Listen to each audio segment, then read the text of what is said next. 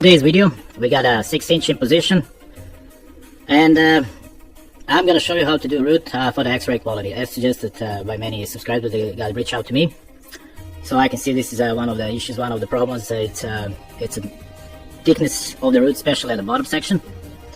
So for the prep, as you can see here, I only got 3 tacks. It's the bridge tacks, nothing fancy. Yeah, I'm going to cut it out later. So the prep as usual, feather edge, clean couple inches from the edge in and out. And for the gap size, 532. This is what I'm usually like to use on my joints when I'm doing digging. So for you, it might work a little bit different. As long as you can wiggle 1/8 all the way around. As I can wiggle 1/8 rod all the way around, this is good joint for me, good prep, especially at the bottom. So no tacks on the bottom for this one. For the cup size, I'm gonna go with cup size 7.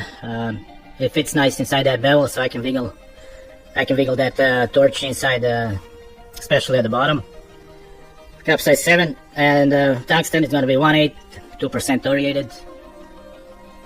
Sharp edge, sharp pointed edge. This is what I like to do for my tungsten. And the stick out is up to 10 mil. This is what I usually like to do, up to 10 mil. That's what usually it is. So it's close to 10 mil, as you can see here, 9-10 mil. That's what works for me. For you, it might work a little bit different, who knows. This is for the reference. This is what I like to do when you put a cup on the top of the bevel and your tungsten stick out is touching that edge of the bevel. This is what I usually do for a stick out. Okay, for today, welding machine Miller XMT 350. This is good welding machine. Okay, for the settings, GTAW or TIG, it's got to be a lift arc, as this machine doesn't have any option for a scratch start. That's what I usually like to do, scratch start on a carbon and lift arc on a stainless steel. Okay, for the bottom part, as I said, you can wiggle that cup, and the way how you feed that rod, either you can do like a back feed, or you can do under the angle from the outside, and keep it constantly feeding, so constant feed. And stretch that puddle from the bottom. Pay attention for your inclination for your tungsten. Once you start welding, you don't want to give that tungsten a puddle as it's really close. Or you can do freehand, whatever works better for you. For the freehand, I always like to do back feed that bottom section up to 9 o'clock, and then switch to walking the cup or dipping technique. This is the bottom. This is how I start. Preheat one side, add rod, other side, connect. Once the puddle is nice and liquid, then you can add that rod. You keep it inside. As you can see here, I'm keeping it inside that root, and stretch that puddle. Try not to dip puddle, as it takes a little bit of practice if you don't do this kind of technique. And you can see the edges. The edges are nice, and how they open nicely, so you know the edges are burned, and you push that puddle inside. As long as you keep it inside, feed enough not to lose that connection. You don't have to push that much, just a little bit, slightly. It's all about feeling. Once you get that feeling, once you dial in, it's not a big deal if you consider about how much you have to push, how much you have to dip. And just stretch that puddle. This is the root, how it should look like. This is what I like. I even like a little bit, maybe if it's a little bit bigger, but this is good enough. As long as it's not a shallow or a flash with a pipe. As long as you got a little build up, if it's stick out from that from the pipe, it's a good root. So for every stop start, I like to use a grinder. Grind it. I'm gonna remove that tack. So when you start preheat, once you start melting, add rod. Once you on 8 or 9 o'clock, once you're on the side, you want to start pulling out that rod. You don't want to keep it too much inside, as you might get build up, and it's gonna be uneven spot, especially on the sides.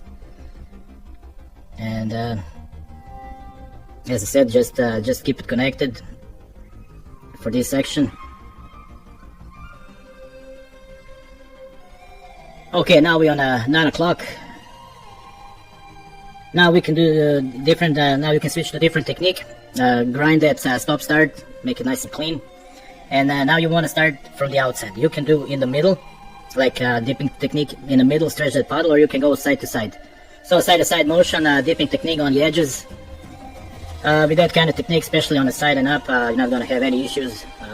Even if you got high-low on your prep and you're worried about X-ray, and trust me, with dipping technique, you're not gonna fail any X-ray. This one was in the middle. Stretch that paddle side to side, or you can switch dipping that rod side to side. So dip one side, dip other side, one side, other side. As I said in my previous videos about this technique is the best if you want to be on the safe page.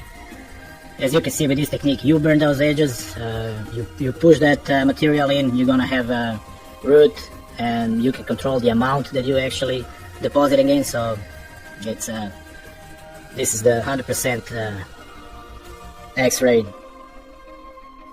proof. Same thing on the bottom. Grind stop starts that start pouring when you're going start melting.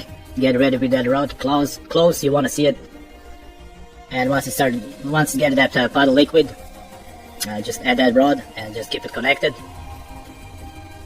Same thing on this side, 9 or 3 o'clock, depends on what side you're on. You can then stop and switch to dipping technique and pull that rod outside. And it's very important for the bottom section, as lots of people got lots of issues on the bottom, and that is the crucial part on the root, in my opinion.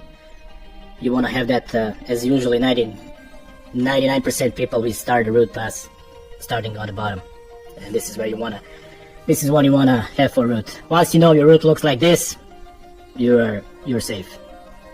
It's burned, no undercuts, no internal undercuts. It's not shallow. It's not. It's pretty much even and uniform.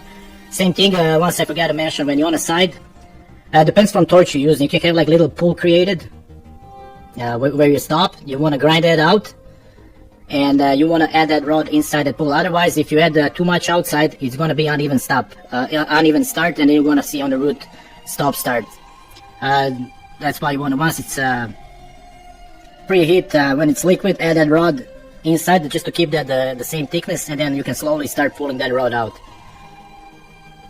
And on this side, I'm just dipping in the middle, stretch that paddle. It's like a 1, 2, 3 technique. You see, you push that paddle in the middle, rod, and then 1, 2, 3. Dip in the middle, 1, 2, 3. And for the tie-in on the top, pause. It's like for any tie-in, you want to pause a little bit on the side and just go over it, like ½ inch, and finish on the side. And that's it. This is the root for the inside. Thickness is good. I like it's pretty much the same all the way around. With that kind of thickness, no worries for suckback. You can run really hot on your hot pass. Buffing wheel, always clean your root pass.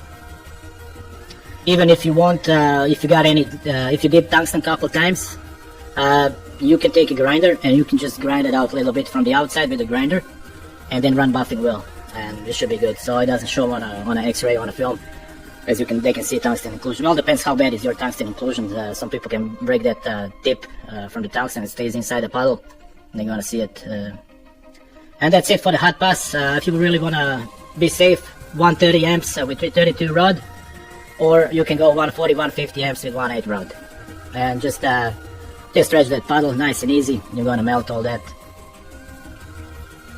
and then you're gonna have nice clean surface. And later you can continue on whatever you're using, whatever welding procedure is, a stick or a TIG all the way. And that's it pretty much, guys. As I said, dipping technique, constant feed on the bottom, and dipping technique from 9 o'clock to the top, you're not gonna fail any X-ray. Thanks for watching, guys.